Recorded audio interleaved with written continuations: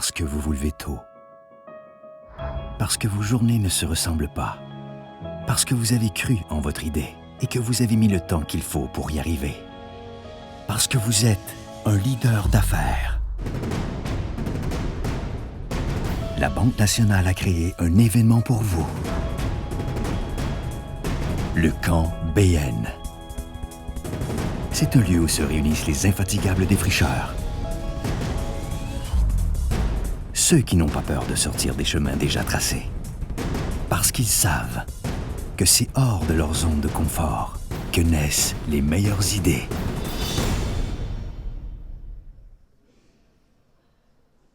Bonjour et bienvenue, bienvenue à tous.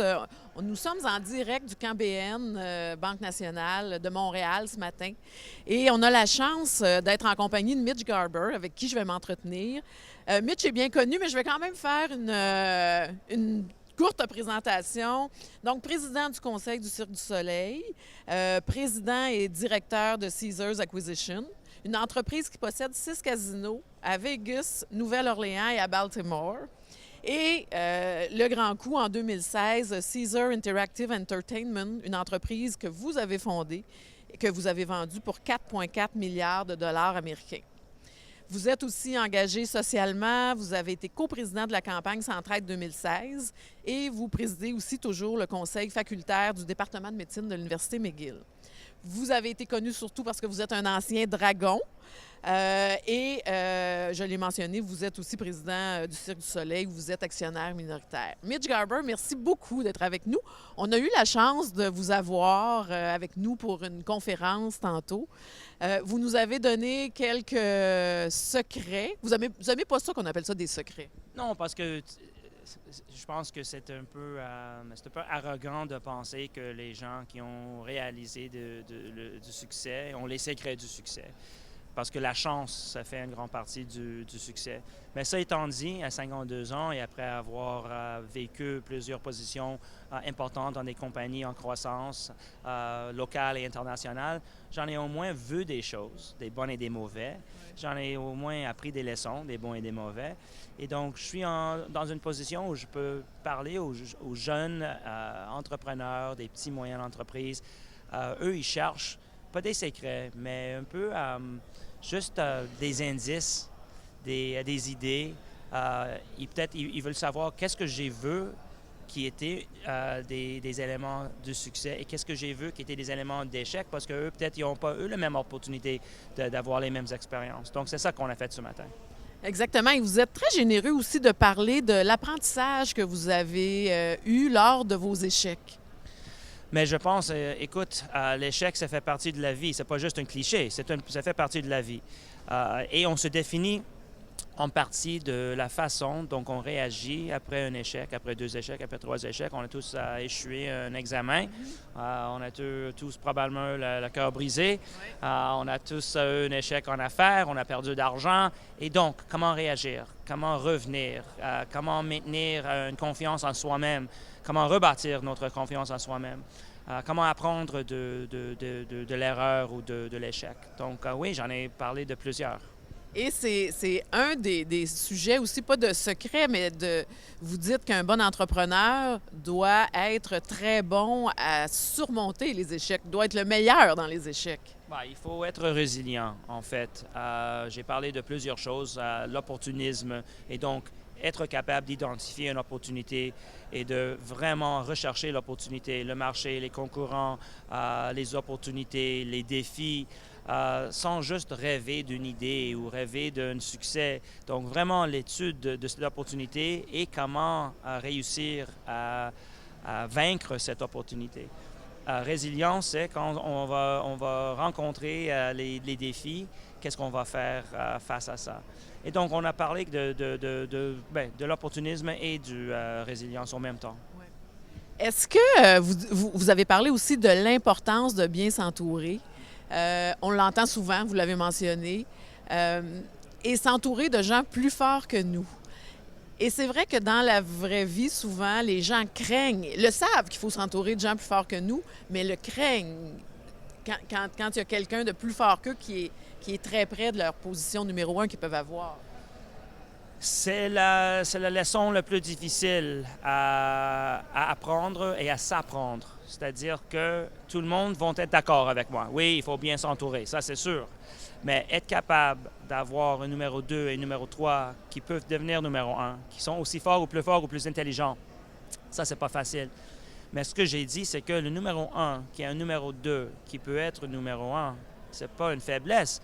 Ça me montre la puissance du numéro 1 qui peut s'entourer avec un numéro 2 qui est aussi fort que lui. Donc, il y a des gens, et je dirais peut-être plus que 50%, qui sont plus confortables dans une position de dominance que d'être dans une position de partage de crédit, de partage d'idées et de partage de puissance. Vous parlez beaucoup de partage et ça nous a touchés.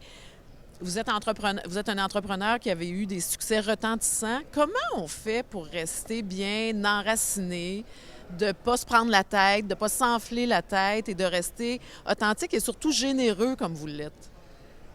Bien, merci. C'est vous qui le dites. Peut-être Oui, je ne le suis pas, mais je pense honnêtement, pour moi, c'est la reconnaissance de bonne chance. Donc, si tu te permets de penser que vous avez eu du succès financier parce que tu es plus intelligent que les autres qui ont moins d'argent que toi, là, tu vas être arrogant et tes pieds ne vont pas être sur terre. Moi, je pense que j'étais plus chanceux que la plupart des gens. Je reconnais ma bonne chance. Il y avait une autre chose que j'ai pas dit, que j'aurais dû dire, et peut-être que c'est un peu, c'est pas à la mode de parler de mariage ou de partenariat, je parle partenariat romantique, ouais. Mais la plupart des gens ont un partenaire dans la vie, OK? Qu'on se marie ou non, que ce soit... On a un complice, oui. Ouais. Et ces complices-là, c'est un vrai partenaire, OK? Veut pas, un mauvais partenaire devient un mauvais partenaire. Un bon partenaire devient un bon partenaire. Donc, quand vous allez partager ta vie avec quelqu'un, il faut vraiment savoir que c'est un partenaire en tout. Je veux dire, moi, je n'ai pas choisi, peut-être qu'elle a choisi, mais j'ai une très bonne partenaire.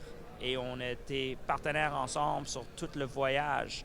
On n'avait pas un sou ensemble, on était endettés ensemble et on est ici aujourd'hui ensemble. Et donc, l'importance pour moi, quand je parle d'être bien entouré, c'est pas juste au travail, mais à la maison aussi, être bien entouré. Parce qu'un entrepreneur, puis c'est une de vos mentions, doit surtravailler, doit travailler encore plus que ses concurrents, que ses collègues, et donc, forcément, doit être absent de la maison.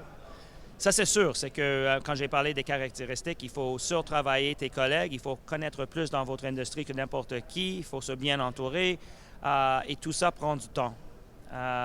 Et ça prend du temps soit à l'extérieur de la maison ou ça prend ton attention. C'est-à-dire qu'on peut être à la maison, mais on peut être comme ça tout le temps en travaillant. Et donc, ça prend une certaine compréhension, mais ça prend aussi peut-être un partenaire qui va vous balancer un peu, qui va vous aider à trouver une balance entre, ça ne peut pas être 100% entrepreneuriat. Donc, quelle est la balance? Chaque personne, chaque couple, chaque famille doit trouver leur balance. Puis est-ce que les enfants sont aussi impliqués dans l'entrepreneuriat ou là maintenant vous êtes plus dans le volet philanthropique? C'est l'affaire à mes enfants, j'ai 2 fils. Je suis très fier des 2 fils. Il va graduer McGill cette année. Il s'entend devenir avocat, comme son père et sa mère. Le plus jeune, il va finir l'école secondaire cette année. Je ne sais pas ce qu'il veut faire, lui non plus. Mais moi, je leur parle beaucoup de mon parcours parce que je veux qu'eux, ils trouvent un parcours autre que le mien. Le mien, je ne veux pas dire que j'étais pauvre, mais j'ai pas eu l'argent. J'étais dans une maison un peu tumultueuse. Mon père, il s'est enlevé la vie jeune à cause des problèmes d'argent. Donc, mon histoire, il a l'air très... à la fin, il a l'air très, très beau, mais il y avait beaucoup de bonnes personnes qui ont décédé tôt dans l'histoire. Donc, si tu veux pas mon histoire nécessairement, je veux que mes enfants, je veux qu'eux, ils écrivent leur propre histoire, mais avec les outils que je leur donne, moi puis ma femme, c'est-à-dire éducation illimitée, n'importe où dans le monde, quel cadeau, et le prendre comme cadeau. Et donc, j'espère qu'ils vont prendre ce cadeau-là et ils vont s'éduquer dans les domaines qui leur passionnent, et là, ils vont trouver leur chemin et puis leur parcours. Merci beaucoup d'avoir été avec nous. Vraiment, gardez votre authenticité, votre générosité. On l'apprécie beaucoup. Et on se revoit peut-être à un prochain Camp BN. Merci. Merci beaucoup. Très gentil.